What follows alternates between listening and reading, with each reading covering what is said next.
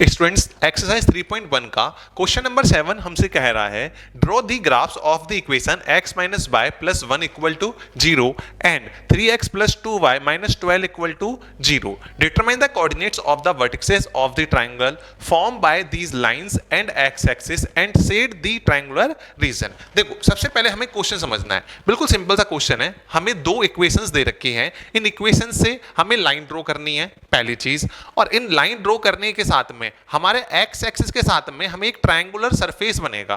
ठीक है, वो कैसे बनेगा मैं समझाऊंगा अभी। ठीक है, और इस ट्रायंगुलर सरफेस को ग्राफ के अंदर रिप्रेजेंट करना है। तो सर सबसे पहले क्या करना है, देखिए अगर हमें दोनों इक्वेशंस को रिप्रेजेंट करना है तो लाइंस के पॉइंट्स चाहिए या कोऑर्डिनेट्स चाहिए, तो हम सबसे पहले वो फाइंड आउट करेंगे। वो कैसे, बिल्कुल सिंपल है। देखो हमारे पास में जब भी कोई एक इक्वेशन होती है, अर्लियर हमने इस टाइप के क्वेश्चंस करे हुए हैं, आपने पहले भी इस टाइप के क्वेश्चंस करे होंगे। तो देखो फर्स्ट इक्वेशन क्या है sir, x minus Y plus 1 equal to 0, ये हमारी फर्स्ट इक्वेशन है। तो इसको और क्या लिख सकता हूं सर, मैं इससे लिख सकते हैं हम x प्लस 1, मतलब मैंने y को एक तरफ कर दिया और x को और जो कांस्टेंट नंबर है उसको एक तरफ कर दिया। यहां से हमने क्या बनाया, एक बॉक्स बनाया। ठीक है, हाँ जी सर। अब क्या करना है, बिल्कुल सिंपल है, ये अपना x और ये अपना y। पूरी वीडियो देखना, आपको सारा कॉन्सेप्ट समझ में आ जाएगा। Is it clear? कॉन्सेप्ट के साथ में हमको इक्वेशन दे रखी थी लीनियर इक्वेशन 2 वेरिएबल की, उससे हमने x और y की वैल्यू बना दी।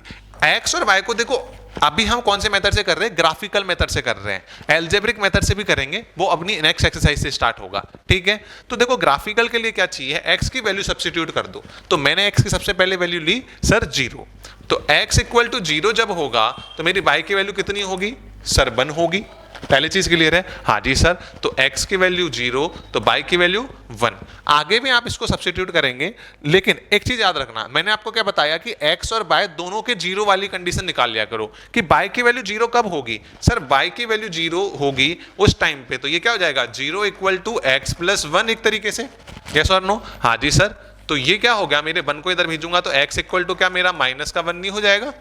हाँ जी सर। तो क्या मैं ये कह सकता हूं कि x इक्वल टू माइनस 1 के केस में y की वैल्यू 0 होगी? हाँ जी सर। अब ध्यान से देखना, x इक्वल टू 2, सॉरी आप x इक्वल टू एक बार 1 रख लेना, तो 1 रखेंगे तो 1 और 1 y की वैल्यू सर 2 हो गई। ऐसे x इक्वल टू 2 रखेंगे तो 2 प्लस 1 कितना हो गई सर 3 हो गई। इस सारी प्रोसेस को आप इधर साइड में रिप्रेजेंट कर सकते हो, जिससे एग्जामिनर को पता लगे कि आपने ईमानदारी से क्वेश्चन करा है। या फिर आप रफ वाला साइड जो पेज होता है अपना एक लाइन ड्रॉ करते हैं साइड में, उसमें भी कर सकते हो। ठीक है, जब फाइनल आंसर राइटिंग कैसे करते हैं जब वीडियो बनाऊंगा तब उसमें समझा दूंगा।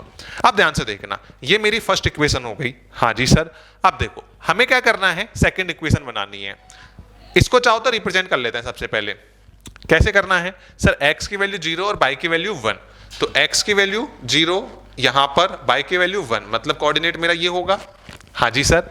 सेकंड क्या है, -1 और 0, x की वैल्यू -1 इस पॉइंट पे होगा और 0 मतलब इसी पॉइंट पे ही अपना कोऑर्डिनेट बनेगा। यस और नो? हाँ जी सर। और क्या कह रहा है सेकंड, थर्ड पॉइंट क्या है, 1 एंड 2, x की वैल्यू 1 मतलब x एक्सिस से 1 चले और y की वैल्यू 2 मतलब हम कहाँ चलेंगे, ऊपर चलेंगे।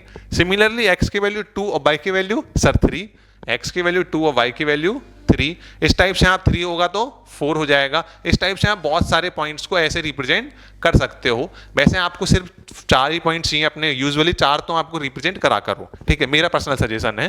तो यहां से मेरी क्या बन जाएगी, इस लाइन को मैं ड्रॉ कर सकता हूं। हाँ जी सर। अब देखो ये मेरी फर्स्ट इक्वेशन की लाइन रिप्रेजेंट हो गई। अब मेरे को क्या करना है सर, सेकंड इक्वेशन की लाइन रिप्रेजेंट करनी है। वो कैसे करेंगे, बिल्कुल सिंपल है, ध्यान से देखो। सेकंड इक्वेशन क्या है sir, 3x plus 2y minus का 12, 3x प्लस 2y माइनस का 12 इक्वल टू सर 0। मेरे को कौन चाहिए सर y, तो क्या हो गया 2y इक्वल टू माइनस का 12 उधर गया तो क्या बना सर प्लस का 12 बना, प्लस का 3x उधर गया तो कितना बना सर माइनस का 3x बना। यहां तक क्लियर है क्या? हाँ जी सर। यहां से y इक्वल टू 2 का डिवाइड भेज दो तो क्या हो गया 12 माइनस 3x अपॉन 2। क्या समझ में आ गया क्या? हाँ जी सर, ये तो समझ में आ गया। सर इसको सॉल्व कैसे करेंगे, क्योंकि ये तो थोड़ी सी अजीबोगरीब इक्वेशन बनी है। देखो अगेन क्या करना है, हमें वही टेबल बनानी है। इसलिए मैंने कहा था सारे क्वेश्चंस को आपको क्या करना है, साइड में सॉल्व कर लेना। ठीक है, यहां पर x, यहां पर y। अब देखो x इक्वल टू इस टाइप से आप साइड में रिप्रेजेंट कर देना। व्हेन x इक्वल टू, अगर मैं होता तो मैं ऐसे लिखता, व्हेन x इक्वल टू, हमने सबसे पहले क्या रखी, 0 रखी, तो क्या हुआ हमारा x इक्वल टू 0, तो यहां से x की वैल्यू 0 आ गई। हाँ जी सर, तो x इक्वल टू 0 तो क्या हो जाएगा, y equal to 12 minus 3 into 0 upon 2। तो क्या हो गया, 3 इंटू 0 कितना होता है सर, 0 को किसी से मल्टीप्लाई करो, आंसर तो 0 ही आएगा। तो इसका मतलब क्या हुआ, ये मेरा बन गया सर 12 अपॉन 2। मतलब क्या मैं कह सकता हूं, y इक्वल टू 6 कि x की वैल्यू जब 0 होगी तो y की वैल्यू कितनी होगी सर, 6 होगी। मैंने क्या कहा, सबसे पहले आप x की वैल्यू 0 पे y की वैल्यू निकाल लिया करो, और y की वैल्यू 0 पे x की वैल्यू निकाल लिया करो। तो y की वैल्यू अगर मैं 0 रख देता हूं इस जगह, यहां लिख लीजिए व्हेन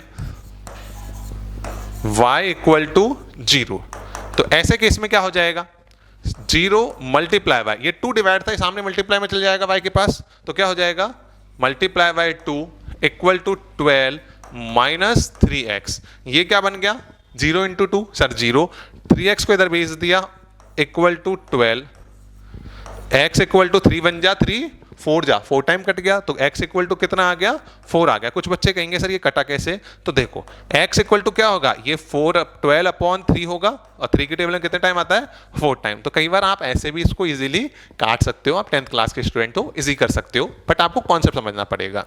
अब ध्यान से समझो, x की वैल्यू जब मेरी 4 होगी तब मेरी y की वैल्यू कितनी होगी, 0। ये बिल्कुल बेसिक कॉन्सेप्ट है। आप चाहें तो जब आप इसमें 0 1 2 3 रखोगे, 0 1 2 3, तो कोई पॉइंट ऐसा आता है जैसे यहाँ पर 4 3 12, 12 में से 12 गया तो 0 अपॉन 2 0, तो यहाँ से भी आप इसको सॉल्व कर सकते हो। x के लिए 0 निकाल लिया हमने, अब 1 रखो, 3 बन जा सर 3, तो 12 में से 3 गए तो कितने हुए सर, 12 में से 3 गए तो 9 रिमेनिंग रहे।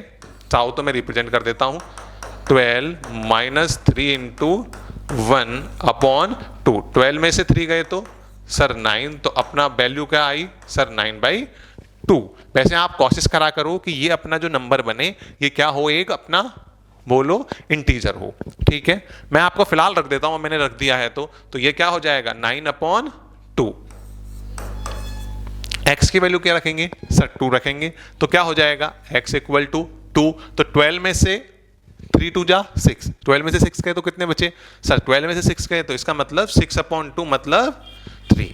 यहां से हमारे पास में क्या सेकंड कोऑर्डिनेट्स आ गए क्या, हाँ जी सर आ गए। तो x की वैल्यू 0 और y की वैल्यू 6, x की वैल्यू 0 और y की वैल्यू 6, यहां पर ये रहा पॉइंट, ठीक है। x की वैल्यू 0 और y की वैल्यू 6 आ गया, हाँ जी सर। सेकंड x की वैल्यू 4 और y की वैल्यू 0, सर x की वैल्यू 4 और y की वैल्यू 0। थर्ड x की वैल्यू 1 और y की वैल्यू 9/2 मतलब 4.5, x की वैल्यू 1, x की वैल्यू 1, y की वैल्यू 4.5, x की वैल्यू 2 और y की वैल्यू 3, x की वैल्यू 2 और y की वैल्यू 3। ये वाला पॉइंट आ गया, ये कॉमन आ गया एक पॉइंट, अगर आप ध्यान से देखोगे तो। क्लियर है क्या, हाँ जी सर। हमारे क्वेश्चन ने क्या कहा था, ये कौन सी लाइन है सर, ये तो फर्स्ट वाली लाइन थी। वो लाइन की इक्वेशन क्या थी अपनी सर, x में बी x माइनस वाई प्लस का 1 इक्वल टू 0। तो ये कौन है, x माइनस का y प्लस का 1 इक्वल टू 0। और ये वाली लाइन कौन सी है सर, ये 3x प्लस का 2y माइनस का 12 इक्वल टू 0 वाली इक्वेशन है। क्या यहां तक क्लियर है क्या, हाँ जी सर। अब एक चीज ध्यान से देखना, चाहे तो इनका नेमिंग कर देना A B C D, वो आपकी चॉइस है, ये P और Q हो गया।